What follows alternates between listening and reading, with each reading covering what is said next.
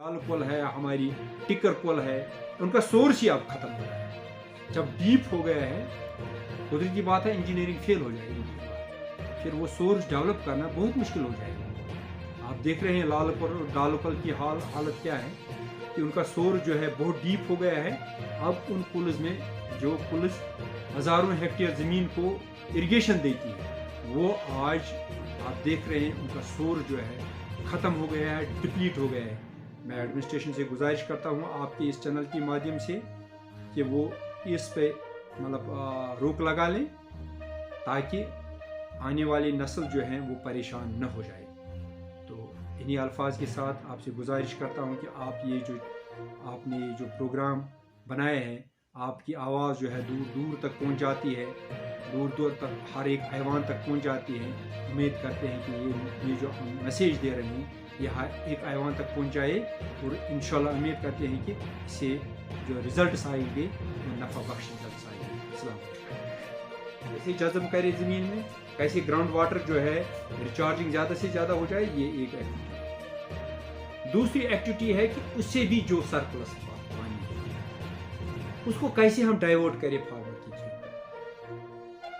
ठीक है, अब चूंकि सारा हम एब्जॉर्ब नहीं कर सकते हैं, सारा हम रोक नहीं सकते, पानी को कोई नहीं रोक सकता है। दुनिया के बड़े बड़े ममालिक जो हैं, तूफान आए हैं जो पानी से ही गर्क हुए हैं। अब पानी को सारा तो रोक नहीं सकते। अब उसके बाद दूसरी एक्टिविटी हम करते हैं, यानी कि हम एक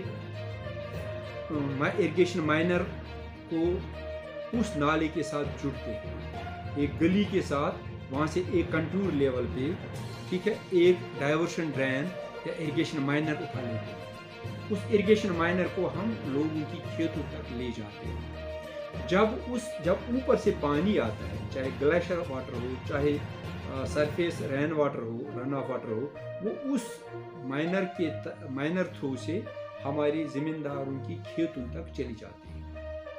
ये एक बात, ये दूसरी एक्टिविटी हो गई। तीसरी, अगर इससे भी ज़्यादा अब और पानी है तो हम वाटर हार्वेस्टिंग टैंक्स बना लेते हैं, या बड़े बड़े सरबंद बना लेते हैं, हम बड़े बड़े वाटर हार्वेस्टिंग पॉन्ड्स बना लेते हैं। उन हार्वेस्टिंग टैंक्स वो अर्दन भी हो, अगर अर्दन बना लेते हैं उसमें हम जियो मेम्ब्रेन लगा लेते हैं। जियो मेम्ब्रेन लगाने से क्या होता है कि उसमें पानी ज़्यादा देर तक रुक जाता है, वो सीपेज लॉसेज जो है उस टैंक में पानी, और वो पानी हम उस वक्त इस्तेमाल करते हैं as a life saving irrigation of your crops.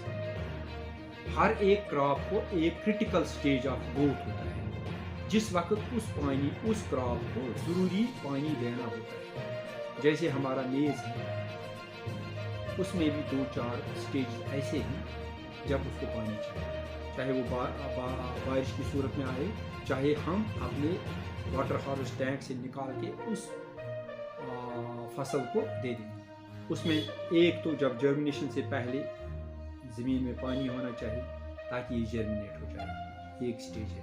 दूसरा स्टेज है जब नी हाई स्टेज उसको बोलते हैं, जब ये हमारे घुटनों तक इसकी हाइट आती है, उस वक्त उसकी गुड़ाई करनी होती है। उस गुड़ाई के बाद, उससे पहले उसको खाद देनी होती है।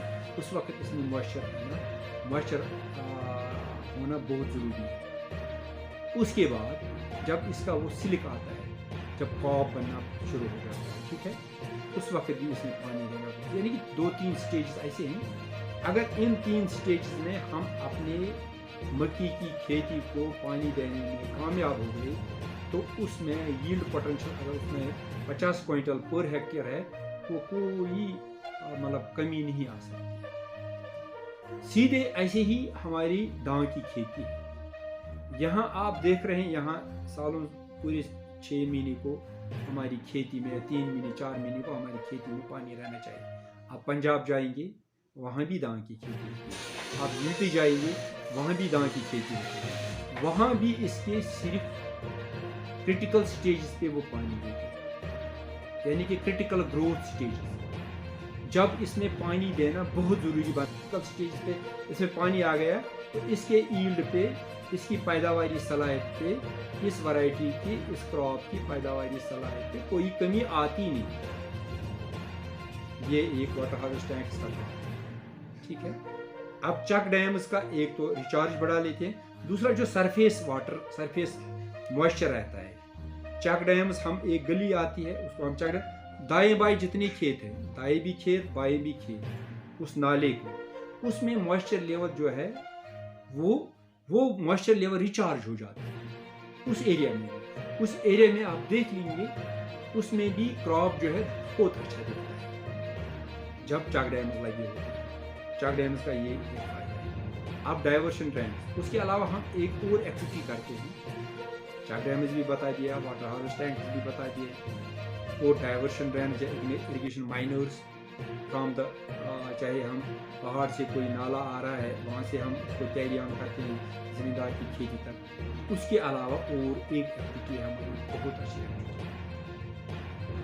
जो हम करते हैं, कनेक्ट, हम एक कैनाल आता है, ठीक है, उसको बीच में एक गली है, उसको लोगों ने क्या किया था, वुडन लॉग्स पे, ठीक है, देवदार के पोल या लकड़ी के बड़े बड़े पोल, उसको उन्हें खुदाई करके उस कैनाल को, उस गाँव के उस पुल को जुड़ते थे एक हिस्से से दूसरे हिस्से तक। यानी कि बीच में गली आती है, 30 फुट 20 फुट गली है, तो वो गली 20 फुट गहरी है, तो पानी जब नीचे जाएगा वो वापस नहीं जाता था। लोग क्या करते थे, पहले वो उसको जोड़ते थे एक लकड़ी के लॉग से, एक नावा बनाते थे, लेकिन वो कामयाब नहीं रहता। हमने कंक्रीट फ्ल्यूम, सीरीज ऑफ फ्ल्यूम्स हमने बना ली, हमने नायरी जब में कंक्रीट फ्ल्यूम्स बना लिए, हमने कनीपोरा में फ्ल्यूम्स बना लिए। आपने टीवी में भी कभी देखा होगा, उनमें वो बड़ी हाईलाइट हो गई, वो हमारी सक्सेस स्टोरीज है। सरकुली में हमने ये बना लिया है, आप भी थे शायद उस दिन, तो सरकुली में हमने बना लिया है।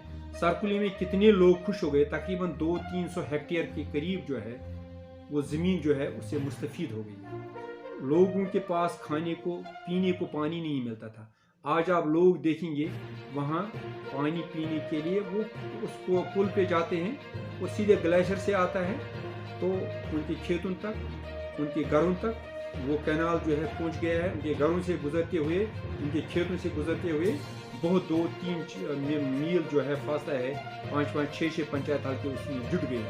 तो हमने एक सीरीज़ बना ली है फ्ल्यूम्स की, यानी कि इरिगेशन फ्ल्यूम्स।